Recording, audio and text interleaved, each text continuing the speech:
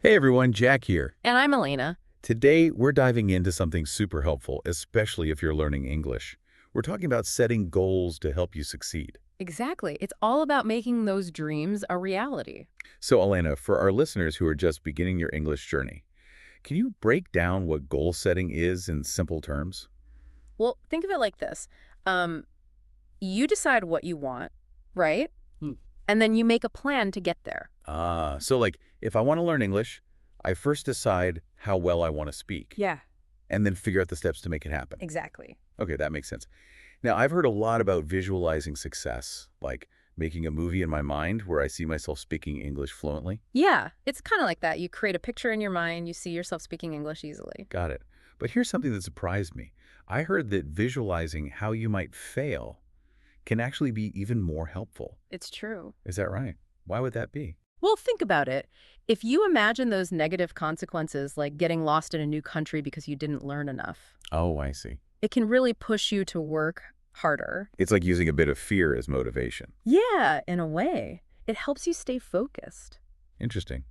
Okay, so we've talked about visualizing success and even failure. But how about setting SMART goals? Can you tell us what SMART stands for and how it can help us learn English? SMART is a way to set goals that are more likely to work. It stands for specific, measurable, attainable, relevant, and time-bound. Okay, lots of important words there. Let's start with specific.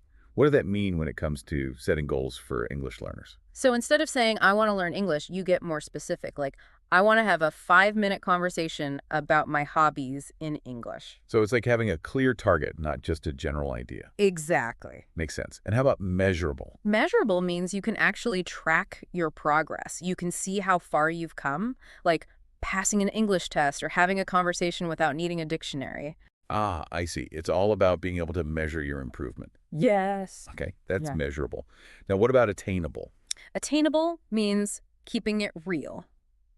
It's great to dream big, but starting with something you can actually achieve builds your confidence.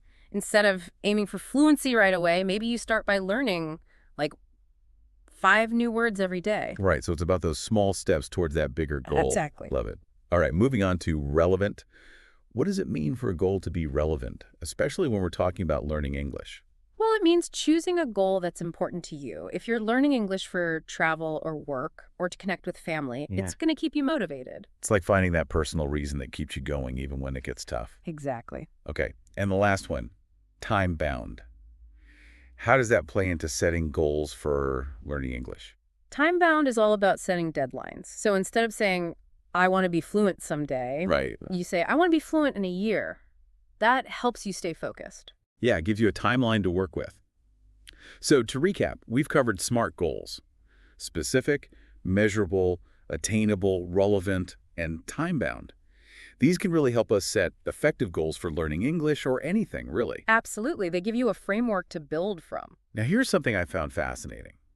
I was reading that focusing our eyes, literally just our vision, can actually help us achieve our goals. It's true. It might sound a bit strange, but there's research behind it. How does that even work? Well, think about it this way. When you narrow your focus, you're less likely to get distracted, right? Ah, so it's like literally keeping your eyes on the prize. Exactly. It helps you concentrate. So for our English learners, that can mean like focusing on one thing at a time during their study session. Maybe it's a specific grammar rule or some vocabulary words. Right. It's all about minimizing those distractions so you can learn more effectively. That's really cool. Okay, so we've talked about visualizing goals, setting SMART goals, and even using our vision to help us stay on track. Now, let's talk about staying motivated. How can we keep that momentum going, especially when learning English? I've heard about this brain chemical called dopamine. It's like the feel-good chemical, right? It is. And it plays a big role in motivation. So how does dopamine connect to achieving our goals? Well, when we make progress towards a goal, our brain releases dopamine, which makes us feel good.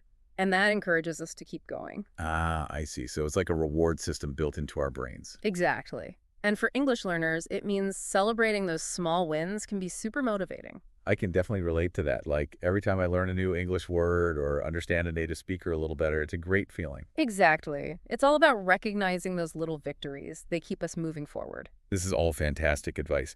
But I'm curious, What about those times when our plan isn't working as well as we hoped? What should we do then? Well, sometimes you got to switch things up. If your current method isn't working, maybe try something new. So we need to be flexible, adjust as we go. Yeah. Like if you're not seeing progress with your English studies, maybe find a different teacher. Right, or try different learning resources maybe. Exactly. There are so many options out there. The important thing is to keep going. I love that. It's all about finding what works best for you and not giving up. Exactly. Okay, so we've covered a lot today. We talked about visualizing success and even failure, setting those SMART goals, focusing our attention, and staying motivated. All amazing tools to help you succeed.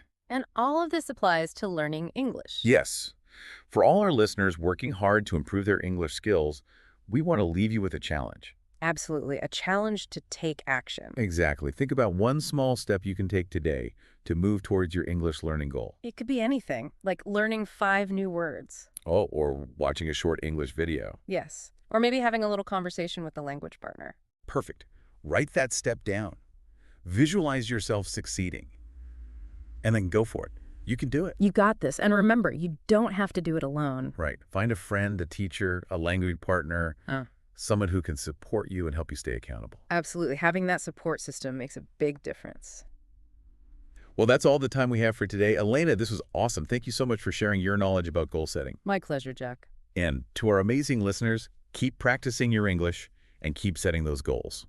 We'll be back soon with more tips and strategies to help you succeed on your language learning journey. Until then, keep learning, keep growing, and keep believing in yourself. We're here to support you every step of the way. It's been a fantastic conversation. Thank you for having me. Of course. And to all our amazing listeners out there, keep practicing, keep setting those goals.